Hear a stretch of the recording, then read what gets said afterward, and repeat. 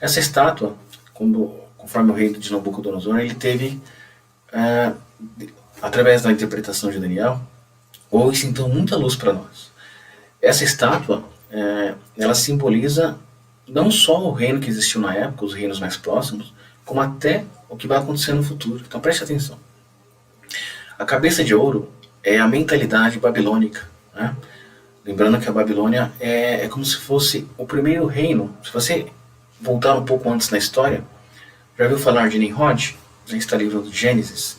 Nimrod foi um grande rei na época, né? Que realmente na região ali da Babilônia, antigamente os caldeus, né? Ele foi um rei poderoso da época, já contrário às coisas de Deus, né? Ele é o construtor responsável, né, por construir a Torre de Babel. Lembra-se, Babel, Babilônia. Então realmente começa aí. Deus já está nos mostrando que a mentalidade babilônica, desde a antiguidade, ela vai se repetir e se repetiu novamente. Então essa cabeça de ouro é o próprio rei Nabucodonosor.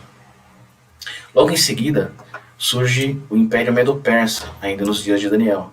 Então observam que olha que perfeição da luz de Deus para nós compreendermos esse reino. Essa estátua ela tem simbolizando o peito e os braços, simbolizando justamente a divisão, Medo e Persa, né? Prata porque em auge, em glória, ela foi inferior, digamos assim, não digamos em poder e em estrutura, mas ela veio logo após a Babilônia. Né? Então o rei Medo e Persa fica ali na região do Irã hoje, lembrando que a Babilônia é a região do Iraque, grave esse nome, né? A antiga Assíria, grave esse nome. Lembrando que Deus deixa pistas e enigmas e chaves cruciais para você compreender as regiões futuras que vão surgir nos últimos dias. Logo após a prata, que é a região Medo-Persa, que temos, inclusive coloquei a data para vocês, o ano, né? O reinado de 539 a 330 a.C. Logo em seguida surge o símbolo do bronze, realmente a era do bronze, né? Nas construções dos seus armamentos. Então, observa que essas eras realmente também se encaixam no que os reinos descobriram, né, e se usufruíram, né, a moeda do ouro, a moeda da prata. Olha que interessante, na verdade, tudo tem sentido, nada Deus faz por acaso. Então, a região do bronze vem a Grécia, né, simbolizada por Alexandre o Grande. Bronze simbolizando aí toda essa cultura, né, teve também muita introdução aí da parte de maus comportamentos dos gregos, né, mas assim, região da coxa e dessa parte íntima aí, simbolizando que a Grécia ia crescer nessa filosofia, né? Crescer no conhecimento, e teve realmente muita influência até nos dias de hoje, né? Então a Grécia foi muito importante. E grave esse nome, a Grécia, ela teve uma divisão, nós vamos falar posteriormente, e essa divisão vai ser importante também para os dias finais, você vai compreender o porquê, tá? Então ela aconteceu no ano 330 a 146 a.C. Logo em seguida, nós temos o Império Romano, que foi realmente aí o império mais poderoso, né, que existiu na face da Terra. E Deus já nos deixou bem claro que o Império Romano é simbolizado por uma grande besta, né, que Daniel teve esse sonho. E essa besta, interessante, ela vai ter as mesmas características da besta que está escrito e descrito em Apocalipse. Interessante, não é?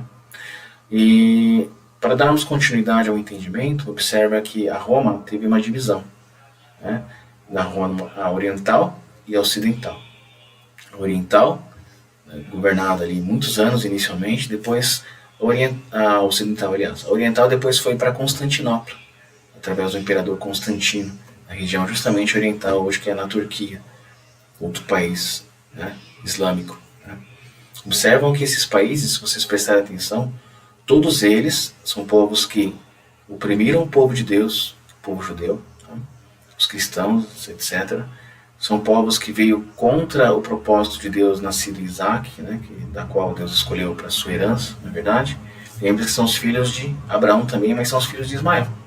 Então é outra ramificação que veio de Abraão, que veio da filha através da escrava, na verdade, Agar, que não era o propósito de Deus.